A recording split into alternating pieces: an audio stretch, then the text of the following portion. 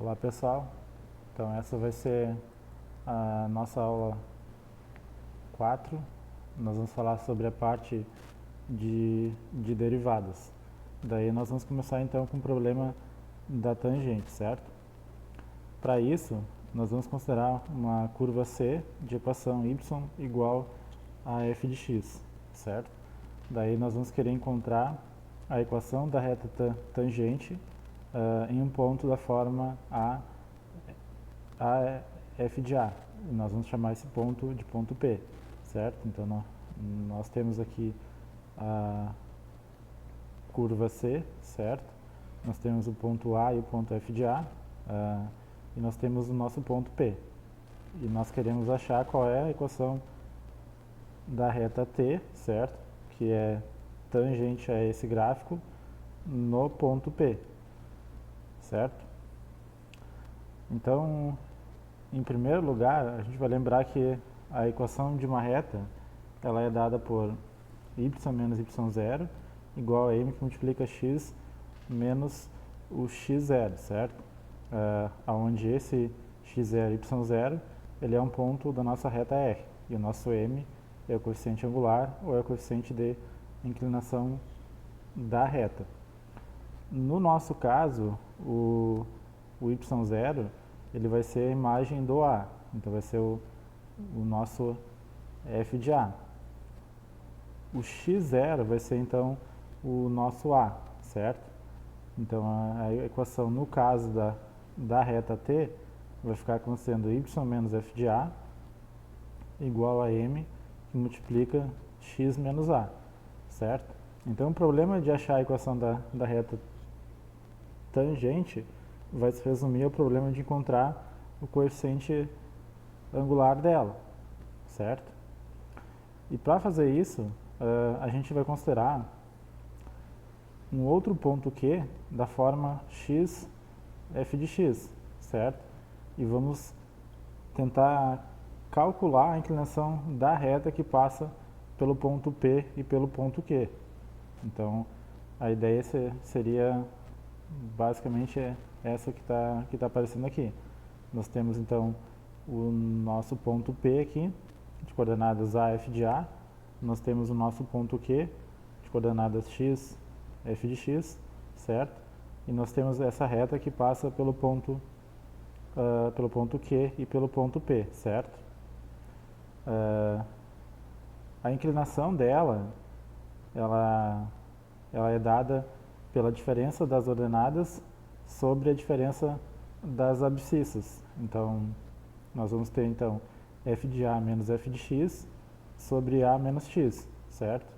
Então, a inclinação da reta que passa pelo ponto P e Q, que é conhecida como a reta secante, é dada pela diferença das ordenadas sobre a diferença das abscissas. Então, vai ficar f de A menos f de x sobre A menos x.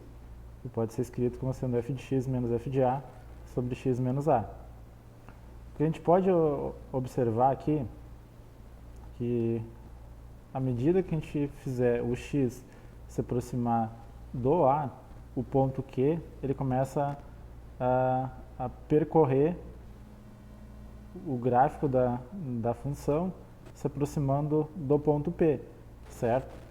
Então quer dizer que essa reta tangente aqui, quer dizer, essa reta secante aqui, ela tende a se aproximar da reta tangente quando a gente faz o x tender ao número A, certo? Então, a gente pode observar que o coeficiente angular da reta secante está se aproximando do coeficiente angular da reta tangente, certo? Então, a gente pode pensar que o coeficiente da reta tangente vai ser o limite dos coeficientes das retas secantes, certo?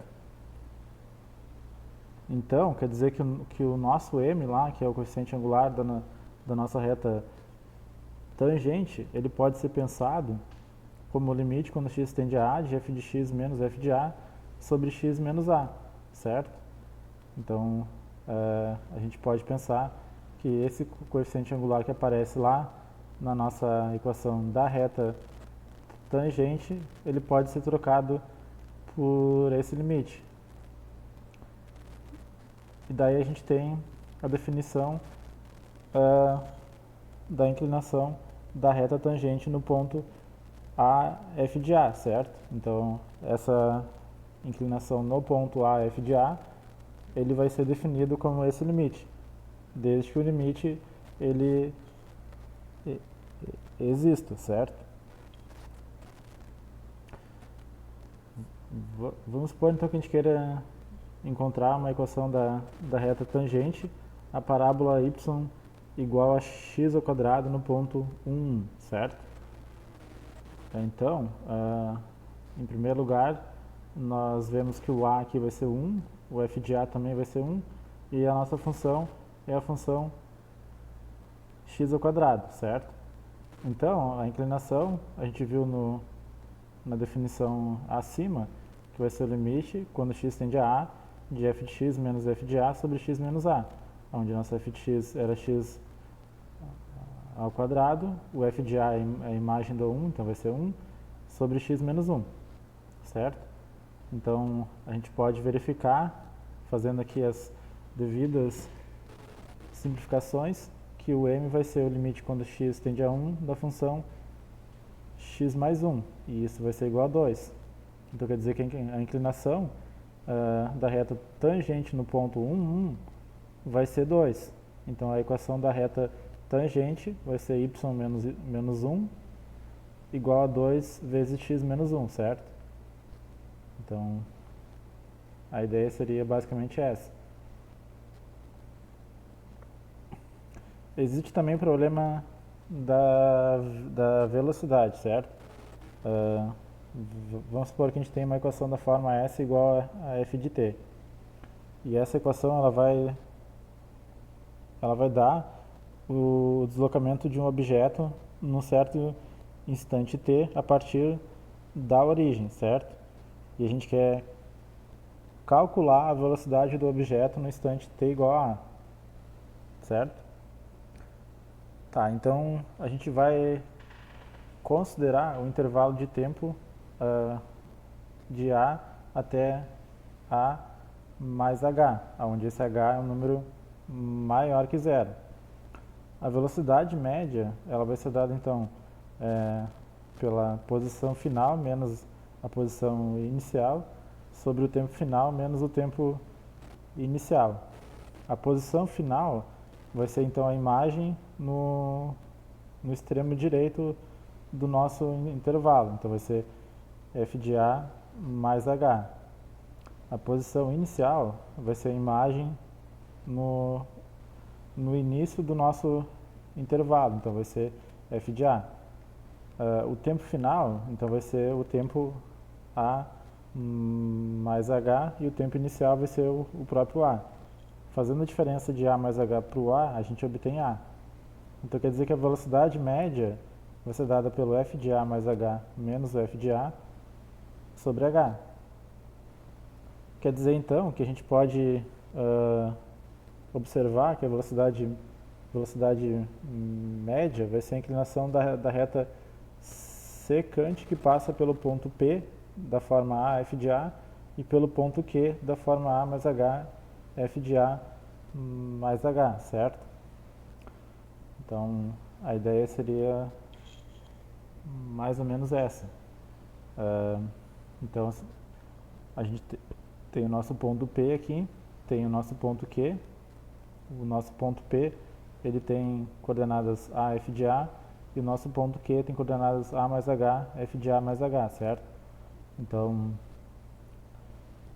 e a inclinação da reta que passa pelo P e pelo Q é dada pela diferença das ordenadas sobre a diferença das abscissas. Então, a diferença das ordenadas ia ser f de A mais H menos f de A sobre a diferença das abscissas. Então, ia ser A mais H menos o A. Fazendo isso, a gente obtém essa expressão aqui em cima, certo? Então, de fato, a velocidade média é a inclinação da reta que passa pelos pontos P e Q. Com base nisso, então a gente pode pensar que a velocidade instantânea no tempo t igual a A vai ser a inclinação da reta tangente que passa pelo ponto A, f de A, certo? Então, se a gente denotar a velocidade instantânea por v de A, ela vai ser dada por esse limite, certo?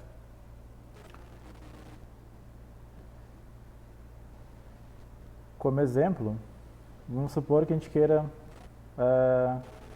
calcular a velocidade média e a velocidade instantânea de um objeto cuja equação é da forma, a equação do movimento é dada por t elevado na 2, certo? A gente quer a velocidade média no intervalo de 0 até 4 e a velocidade instantânea no t igual a 1. Então a velocidade média é a diferença das ordenadas sobre a diferença das abscissas. Então nós vamos ter f de 4 menos f de 0 sobre 4 menos 0. A imagem do 4 pela função é 16 e a imagem do 0 vai ser 0, divididos por 4 menos 0, que vai ser 4. Fazendo essa divisão nós obtemos 4, ou seja, a velocidade média é 4 metros por segundo, porque nós temos o tempo dado em segundos e a posição dada em metros. A velocidade instantânea, então, no t igual a 1, vai ser dada pelo limite. Vai ser o limite quando x tende a 1, da f de x menos f de 1 sobre x menos 1. Essa função é x elevado na 2, a imagem do 1 é 1. Então, nós ficamos com o limite quando x tende a 1, de x ao quadrado menos 1 sobre x menos 1. Fazendo as devidas simplificações, nós devemos calcular o limite da função x mais 1 quando x tende a 1. E esse limite vai ser 2. Ou seja, a velocidade instantânea no instante t igual a 1 vai ser 2 metros por segundo, certo? Então esses seriam os dois problemas que motivam a definição de derivadas. Nós vamos definir então a derivada em um ponto A e vamos, no caso, denotar por f' de A como sendo esse limite, certo? Ou também pode ser definido como sendo esse outro limite, certo? E a gente pode comparar essas duas definições com as definições que a gente viu de velocidade e de inclinação de reta tangente, certo?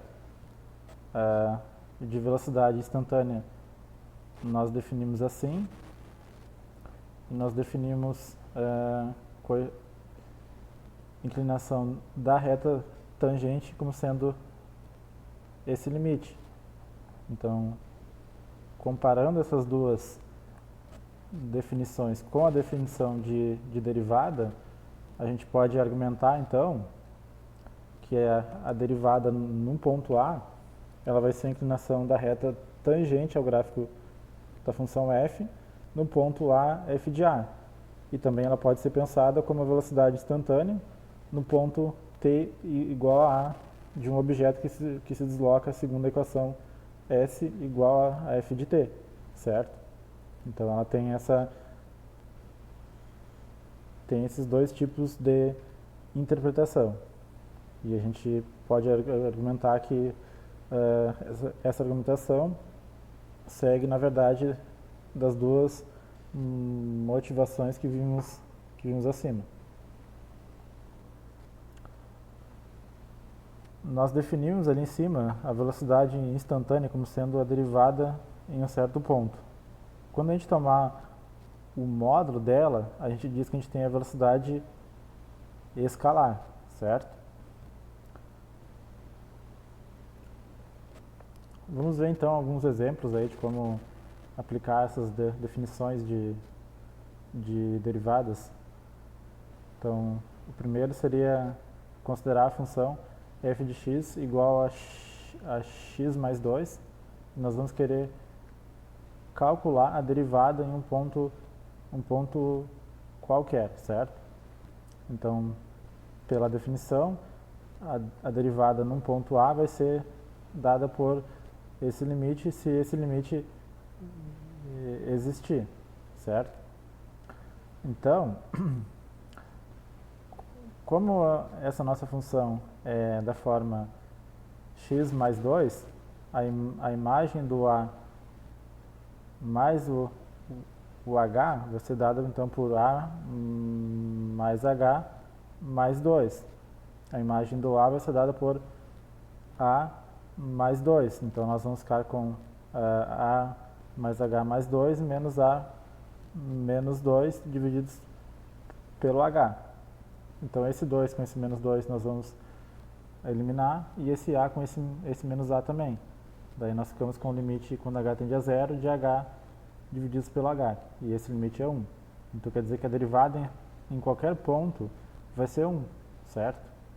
Ou seja, se a gente tomar o A igual a 2, a derivada vai ser 1. Se a gente tomar o A igual a 1, a derivada também vai ser 1. Se a gente tomar o A igual a 0, a derivada também é 1, certo? A gente provou que isso vale para todo A, independente de qual valor ele tenha. Então a ideia para calcular uma derivada seria basicamente essa. É verificar se esse limite vai de fato existir. Vamos supor então agora que no nosso segundo exemplo a gente queira encontrar a equação da reta tangente da mesma função no ponto 1, 3, certo? Então a gente lembra que a equação da reta tangente em um ponto da forma A, f de A, vai ser dada por y menos f de A igual a m que multiplica x menos A. E lá do início a gente lembra que esse coeficiente angular ele era dado por esse limite, mas a derivada também é dada pelo mesmo limite. Então quer dizer que esse coeficiente angular ele na verdade é a derivada no ponto A. Então quer dizer que essa equação aqui de cima vai ficar da forma y menos f de A igual a derivada no A vezes x menos A, certo? Então a gente pode trocar esse m pela derivada no ponto A. No nosso caso, o A é 1, o f de A é 3 e a derivada, como a gente viu antes, era 1. Então a equação vai ser da forma y menos 3 igual a x menos 1, certo? A gente poderia isolar o x aqui para obter uma equação, no caso, idêntica, certo?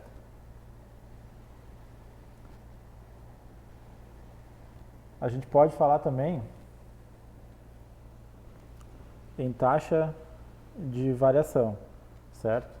E para isso nós vamos considerar uma função da forma y igual a f de x. E vamos supor que o x ele vai variar entre x, x1 e x2, certo? Daí nós vamos definir a variação em x ou incremento pelo ΔX, onde esse ΔX vai ser a diferença do x2 para o x1. Nós vamos definir também a variação em y pela diferença das ordenadas, certo? E nós vamos denotar pelo ΔY aqui. Então vai ser f de x2 menos f de x1. A gente pode definir então também a taxa média de variação de y em relação a x no intervalo x1, x2. E vai ser definido como o quociente da variação em y sobre a variação em x. Então vai ficar f de x2 menos f de x1 sobre x2 menos o x1, certo? Por fim, nós definimos a taxa instantânea de variação de y em relação a x no ponto x igual a x1 como sendo o limite quando o ΔX tende a zero do quociente ΔY sobre ΔX. Fazer o ΔX tender a zero é equivalente a fazer o x2 tender ao x1. Então esse limite vai ficar da forma, o limite quando x quando x2 tende a x1, de f de x2 menos f de x1 sobre x2 menos o x1, certo? Então esse ΔX aqui a gente pode trocar pelo x2 indo para x1. Quando o x2 vai para x1, o ΔX ele vai para zero. Só que esse limite, ele na verdade é a derivada em x1, certo? Então, a derivada seria a taxa instantânea de variação. Como exemplo, vamos tomar a função f de x igual a x. Daí nós vamos querer calcular a taxa média de variação no intervalo 0, 2 e a taxa instantânea em t igual a 1. A taxa média que nós vamos, no caso, denotar por Tm. Então, é a diferença das ordenadas sobre a diferença das abscissas. Então, vai ser f de 2 menos f de 0 sobre 2 menos 0. Ou seja, vai ser 1. A taxa instantânea, então, vai ser a derivada da função no ponto 1. E essa derivada, a gente considera esse limite. Calculando esse limite, nós vamos achar que a taxa de variação instantânea é o ti igual a 1. Então era isso, pessoal.